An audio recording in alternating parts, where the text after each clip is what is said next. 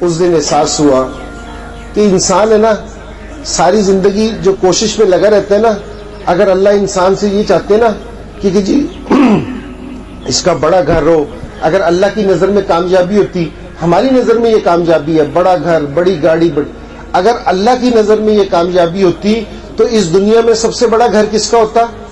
حضور پاک صلی اللہ علیہ وسلم کا سب سے بڑا گھر ہوتا، سب سے زبردست گاڑی اللہ کے رسول کی ہوتی، سب سے امیر آدمی حضور پاک صلی اللہ علیہ وسلم ہوتے، سب سے امیر آدمی حضور پاک صلی اللہ علیہ وسلم نے کبھی ایک دن میں 2 دفعہ کھانا نہیں کھایا۔ حضرت عائشہ رضی اللہ عنہ فرماتی ہے کہ 3 چاند نکل آتے تھے، 3 چاند نکل آتے تھے، لیکن ہمارے گھر میں چولہا نہیں جلتا تھا کہ کھجور پہ اور آب زمزم پہ گزارا ہوتا تھا۔ دونوں جہان کے مالک، یہ مالک کے گھر کا حال ہے۔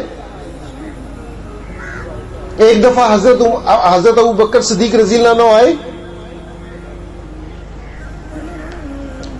تو کہ بہت بھوک لگی ہے، 2 دن سے کچھ نہیں کھانا کھایا۔ حضور پاک صلی اللہ علیہ وسلم نے فرمایا کہ میں نے بھی 2 دن سے کھانا نہیں کھایا۔ تو حضرت ابو بکر صدیق رضی اللہ عنہ نے کہا میں نے ابو دردہ کی طرف کچھ کھجوریں جاتی ہوئی دیکھی ہیں تو ادھر سے کھجوریں کھا لیتے ہیں۔ تو حضور صلی اللہ علیہ وسلم اور حضرت ابو بکر صدیق رضی اللہ عنہ ان کی طرف چلے گئے، ان سے پوچھا جا کے کہ بھئی آپ کے گھر کچھ کھانے کو ہے، کھجوریں ہیں؟ انہوں نے کہا کہ میرے پاس کھجوریں آئی تھی میرے پاس، لیکن جتنا میں نے کھانی تھی کھا لی، اس کے بعد ساری اللہ کے راستے میں دے دی۔ ہماری طرح نہیں کرتے تھے کہ جی جمع کر کے بیٹھ جاتے تھے، نہیں، حضور علیہ وسلم کو پسند تھا کہ صبح کھائیں شام کو اللہ سے مانگیں، ایسا یقین تھا۔ ابو دردہ رضی اللہ عنہ نے کوئی وہ نہیں رکھ لیا کہ میرے پاس شام کو کھانا نہیں ہے تو ساری چیزیں میں رکھ لوں۔ تو حضور پاک صلی اللہ علیہ وسلم نے پوچھا کہ بھئی یہاں کوئی کھجور کا تنا ہے کوئی؟ انہوں نے کہا کہ جی ایک تنا ہے لیکن اس پہ کبھی کھجور نہیں آئی۔ بھائی یہ میں نے آپ سے پہلے ریکویسٹ کی تھی کہ آپ بیٹھ جائیں۔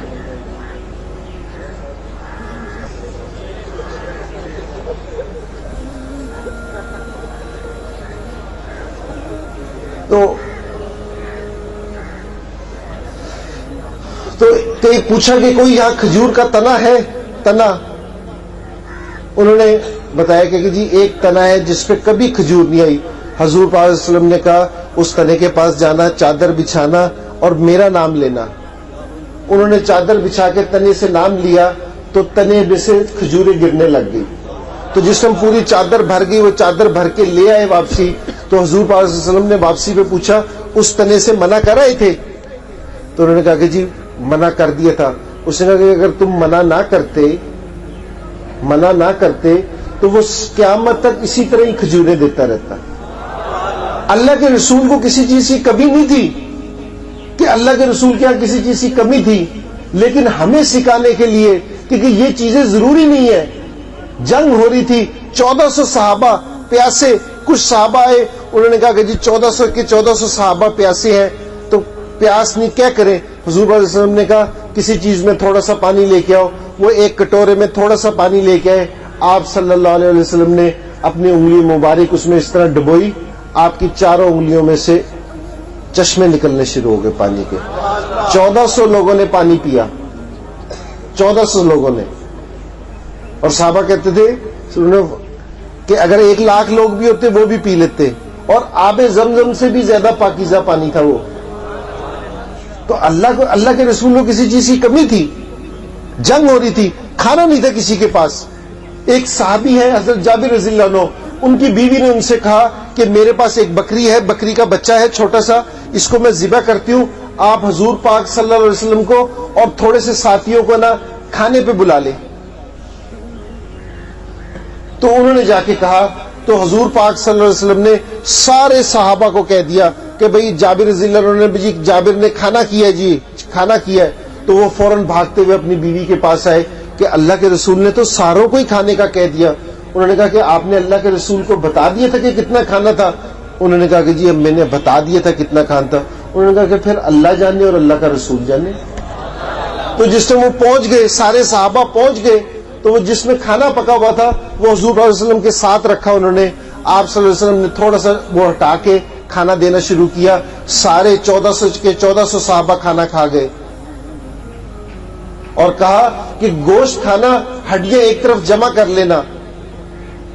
تو جس میں ساروں نے کھانا کھا لیا, ڈھکنا اٹھایا تو جتنا کھانا بنا ہوا تھا اتنے کا اتنا کھانا بنا ہوا تھا. ہڈیوں کو اپنے قریب بلایا, اس پہ ہاتھ پھیرا, دوبارہ بکری کا بچہ بن گیا. تو اللہ کے رسول کو کسی چیز کی کمی تھی, لیکن بھئی یہ ہمیں سکھانے کے لیے, ہمیں بتانے کے لیے کہ بھئی یہ دنیا ضروری نہیں ہے.